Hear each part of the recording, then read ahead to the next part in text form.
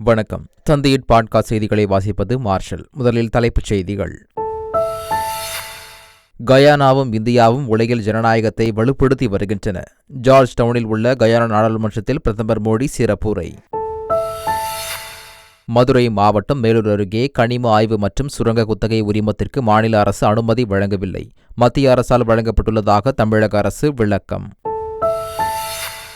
தமிழகத்தில் நவம்பர் 25 முதல் 27 வரை கனமழைக்கு வாய்ப்பு என்பதால் முன்னெச்சரிக்கை ஏற்பாடுகள் தயார். தேசிய பேரிடர் மீட்புப் படையின் 15 குழு, தமிழ்நாடு பேரிடர் மீட்புப் படையின் 15 குழுக்களும் தயார் நிலையில் இருப்பதாக அமைச்சர் KKSSR ராமச்சந்திரன் அறிக்கை. நியூயார்க் நீதிமன்றம் பிடிவாரண்ட் பிறப்பித்துள்ளதால் அதானியை உடனடியாக கைது செய்ய வேண்டும். அதானியை கைது செய்வதற்கான திறன் பிரதமர் மோடியிடம் இல்லை என்று ராகுல் காந்தி விமர்சனம். இசை விருதுகளில் உயரிய ஹாலிவுட் மியூசிக் மீடியா விருதை பெற்றார் இசையமைப்பாளர் AR ரஹ்மான். அமெரிக்காவில் நடைபெற்ற விழாவில் தி கோட் லைஃப் படத்தின் இயக்குநர் பிளெஸி விருதை பெற்றுக் கொண்டார். உக்ரைன் மீது கண்டம் விட்டு கண்டம் பாயும் ஏவுகணைகளை வீசியது ரஷ்யா. 8 ஏவுகணைகள் வீசப்பட்டதில் 6 ஏவுகணைகளை தகர்த்துவிட்டதாக உக்ரைன் விமானப்படை தகவல். இந்தியா ஆஸ்திரேலியா இடையிலான பார்டர் கவாஸ்கர் கோப்பை டெஸ்ட் தொடர் முதல் போட்டி பெர்த்தில் இன்று தொடக்கம். வங்கக்கடலில் உருவானது வளிமண்டல மேலடுக்கு சுழற்சி. 23ஆம் தேதி காற்றழுத்த தாழ்வு பகுதியாக உருமாறும் என தகவல். இனி விரிவான செய்திகள். கயானா நாடாளுமன்றத்தில் உரையாற்றிய பிரதமர் மோடி உலகில் மோதலுக்கான நேரம் இல்லை என்றார். அரசுமுறை பயணமாக கயானா நாட்டிற்கு சென்ற பிரதமர் மோடி அந்நாட்டு நாடாளுமன்ற சிறப்பு கூட்டத்தில் உரையாற்றினார். கடந்த 250 ஆண்டுகளில் இந்தியாவும் கயானாவும் ஒரே விதமான அடிமை நிலை போராட்டம், விடுதலைக்காக உயிர் தியாகங்களை கண்டதாகவும் இன்று 2 நாடுகளும் உலகிலேயே ஜனநாயகத்தை வலுப்படுத்தி வருவதாக பிரதமர் மோடி தெரிவித்தார். ஜனநாயகம் மற்றும் மனிதநேயமே முதலில் என்ற உணர்வுடன் உலகின் நண்பனாக இந்தியா தன்னுடைய கடமையை செய்து வருகிறது என்றவர், ஜனநாயகம் என்பது நம்முடைய மரபணுவிலேயே உள்ளது. ஜனநாயகம் நம்முடைய தொலைநோக்கு சிந்தனையிலும் நடத்தையிலும் உள்ளதாக குறிப்பிட்டார். மதுரையில் டங்ஸ்டன் கனிம சுரங்கம் அமைக்க அனுமதி அளிக்கவில்லை என தமிழக அரசு விளக்கம் அளித்துள்ளது.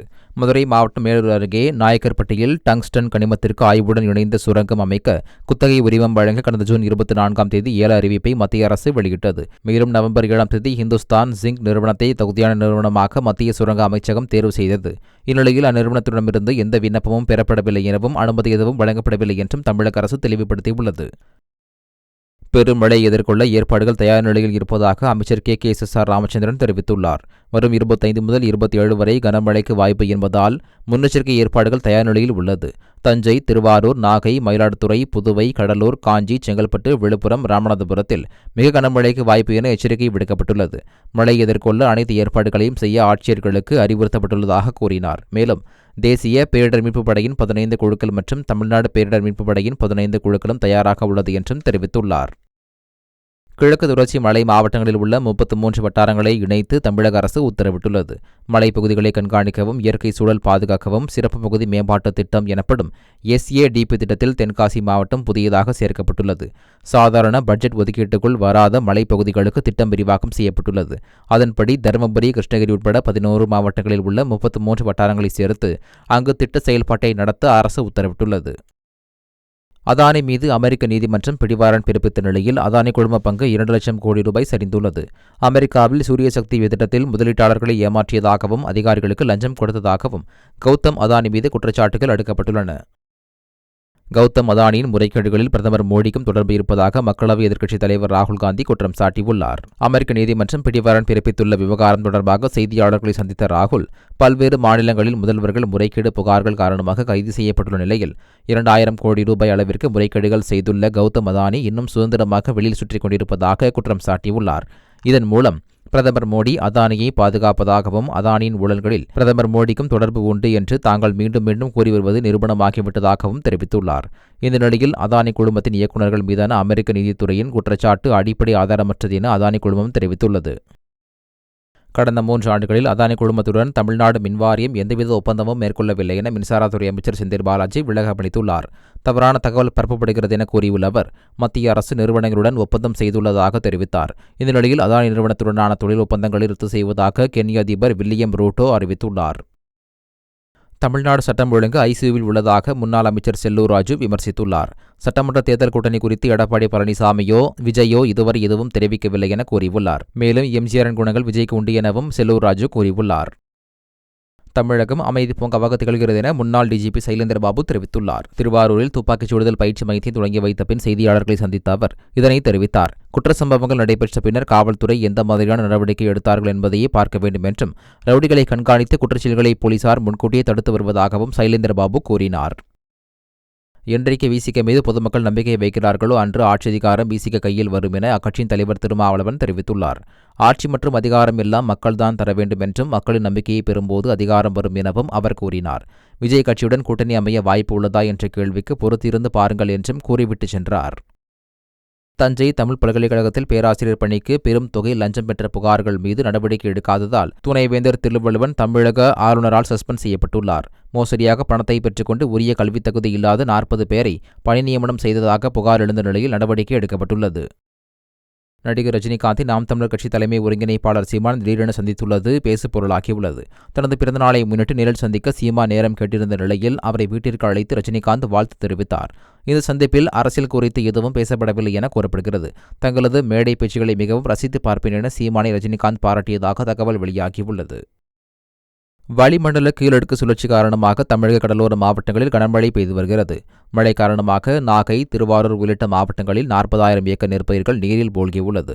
மீன்வளத்துறை எச்சரிக்கை காரணமாக நாகை, திருவாரூர், புதுக்கோட்டை, மயிலாடுதுறை மாவட்டங்களில் 50,000 மீனவர்கள் கடலுக்கு செல்லாமல் வீடுகளில் முடங்கியுள்ளனர். இதனால் 1 கோடி ரூபாய்க்கு மேல் மீன் வர்த்தகம் பாதிக்கப்பட்டது. திருவாரூர் மாவட்டம் முத்துப்பேட்டை பகுதியில் உள்ள அலையாத்தி காட்டிற்கு சுற்றுலா படகுகள் செல்ல நேற்று முதல் மறு அறிவிப்பு வரும் வரை தடை செய்யப்பட்டுள்ளது. ராமநாதபுரம் அரசு மருத்துவக் கல்லூரி மருத்துவமனை வளாகத்தில் தேங்கிய மழைநீரால் பொதுமக்கள் கடும் அவதிக்குள்ளாகினர். முழங்கால் அளவிற்கு தேங்கிய மழைநீரால் நோயாளிகளும் அவர்களுடன் வருபவர்களும் சிரமத்துடன் நடந்து செல்லும் சூழல் ஏற்பட்டது. இதனால் தொற்று நோய் ஏற்படும் அபாயம் உருவாகிய நிலையில் மருத்துவமனை வளாகம் முழுவதும் தேங்கிய மழைநீரை அகற்றுவதோடு தேங்காத வகையில் உரிய நடவடிக்கை எடுக்க வேண்டும் எனவும் பொதுமக்கள் கோரிக்கை விடுக்கின்றனர். தெலுங்கு மக்கள் குறித்து சர்ச்சைக்குரிய வகையில் பேசியதற்காக கைதாகி புழல் சிறையில் அடைக்கப்பட்ட நடிகை கஸ்தூரி நிபந்தனை ஜாமீனில் வெளிவந்தார். நடிகை கஸ்தூரிக்கு நிபந்தனை ஜாமீன் வழங்கி சென்னை உயர்நீதிமன்றம் உத்தரவிட்டதை அடுத்து அவர் விடுவிக்கப்பட்டிருக்கிறார். சிறையில் இருந்து வெளியே வந்த கஸ்தூரியை மக்கள் தலைவி கஸ்தூரி என பிராமண சங்கத்தினர் முழக்கமிட்டு வரவேற்ற நிலையில் சிறு குரலாக இருந்த என்னை சீரும் புயலாக மாற்றிவிட்டதாக கஸ்தூரி தெரிவித்தார்.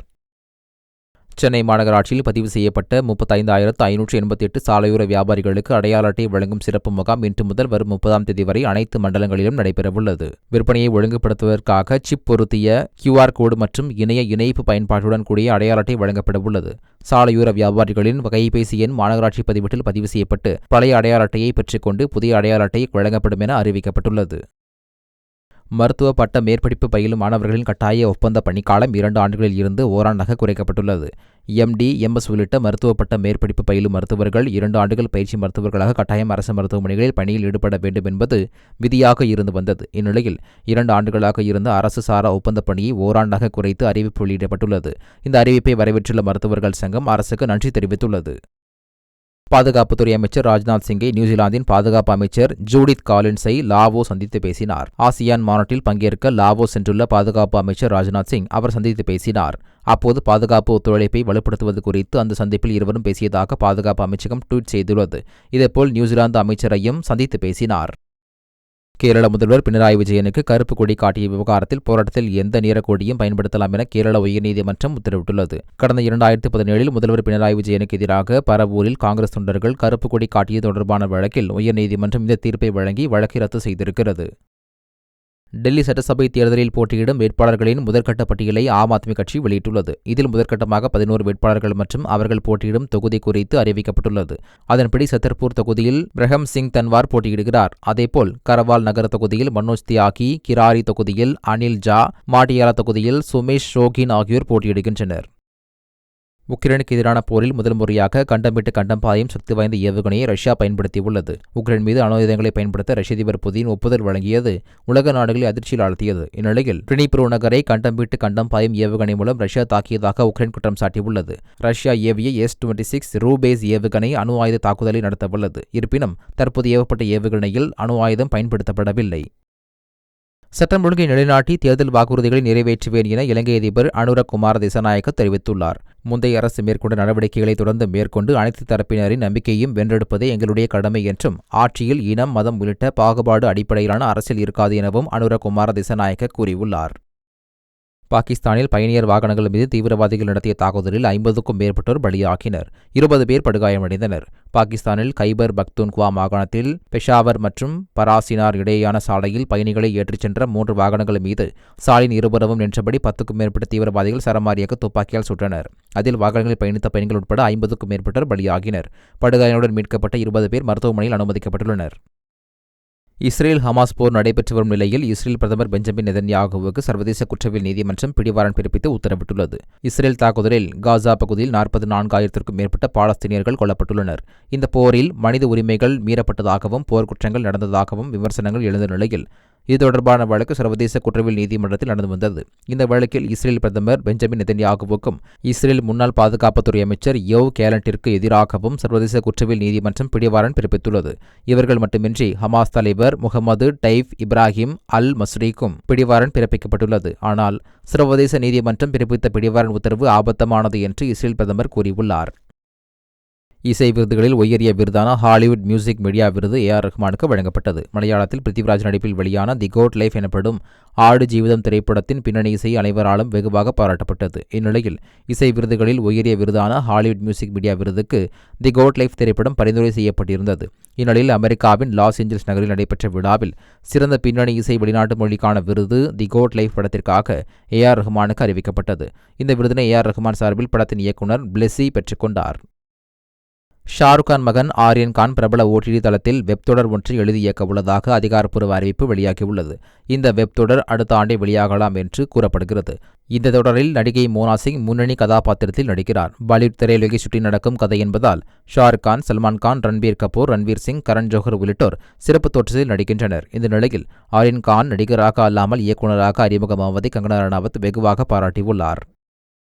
சர்வதேச பீச் வாலிபால் போட்டிகள் 14 ஆண்டுகளுக்கு பிறகு சென்னையில் தொடங்கியுள்ளது. மாமல்லபுரம் அருகே வட நெம்மேலியில் நடக்கும் இப்போட்டியில் 42 நாடுகளைச் சேர்ந்த 150க்கும் மேற்பட்ட வீரர் வீராங்கனைகள் பங்கேற்றுள்ளனர். நிகழ்ச்சியை துவக்கி வைத்து பேசிய தமிழ்நாடு துணை முதல்வர் உதயநிதி ஸ்டாலின், தேசிய மற்றும் சர்வதேச போட்டிகளை தமிழகத்தில் நடத்துவது மூலம் தமிழக முக்கிய விளையாட்டு மையமாக மாறியுள்ளது என தெரிவித்தார். இந்தியா ஆஸ்திரேலியா இடையிலான பார்டர் கவாஸ்கர் கோப்பை டெஸ்ட் தொடரின் முதல் போட்டி பெர்த்தில் இன்று தொடங்கவுள்ளது. ஆஸ்திரேலிய சுற்றுப்பயணம் மேற்கொண்டுள்ள இந்திய கிரிக்கெட் அணி 5 போட்டிகள் கொண்ட பார்டர் கவாஸ்கர் கோப்பை டெஸ்ட் தொடரில் விளையாடவுள்ளது. இந்த தொடரின் முதல் போட்டி பெர்த்தில் உள்ள ஆப்டஸ் மைதானத்தில் இன்று தொடங்கவுள்ளது. முதல் போட்டியில் கேப்டன் ரோஹித் சர்மா பங்கேற்காததால் பும்ரா கேப்டனாக செயல்படவுள்ளார்.